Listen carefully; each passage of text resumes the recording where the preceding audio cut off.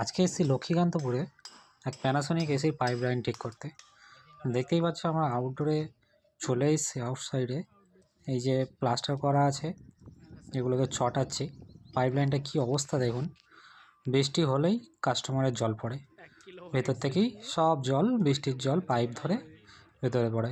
You band তো মারেইনি, তো customer কি করেছে, হোয়াইট সিমেন্ট যা ছিল তার উপরে এমনি সিমেন্টও লাগিয়ে দিয়ে এত মোটা করে দিয়েছে যে আমাদের ছাড়তে গিয়েই 1 ঘন্টা টাইম লেগে গেল। দেখতেই পাচ্ছ কি অবস্থা, মানে কাস্টমার পেরেশান হয়ে গেছে, ভাবছে প্যানাসোনিকের মতো এসি আর কোনো দিন নেবই না এই জলের সমস্যার জন্য। তো আমরা এসছি ঠিক করতে। এটাকে প্রথমে ছাড়াবো, ছাড়ানোর পরে তারপরে পাইপ লাইনটা ঠিক করে ভ্যাকুম করে আবার মেশিনটাকে অন করব।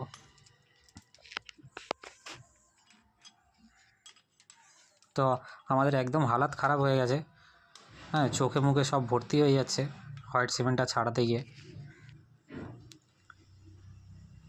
মেশিন দেখতে পাচ্ছ অলরেডি পাইপ লাইনটা খুলে লাগানো হয়ে গেছে, ভেতর থেকে লিক চেক করছি।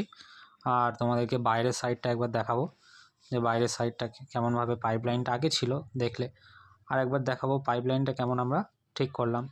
দেখতে পাচ্ছ জলের পাইপ লাগিয়ে দিয়েছি, ইউট্যাপ লাগিয়ে দিয়েছি, এবং পাইপটা কত সুন্দরভাবে মেশিনে গিয়ে কানেক্ট হয়ে গেছে। 1 টনের মেশিন আছে, 3/8 পাইপ, তো অনেক সুন্দরভাবে করা যায় এরকমভাবে। হ্যাঁ, তো জানি না কোনো টেকনিশিয়ান কেমনভাবে করে গেল। তো ভিডিওটা ভালো লাগলে অবশ্যই লাইক করো, চ্যানেলটিকে সাবস্ক্রাইব করো। Thank you for watching.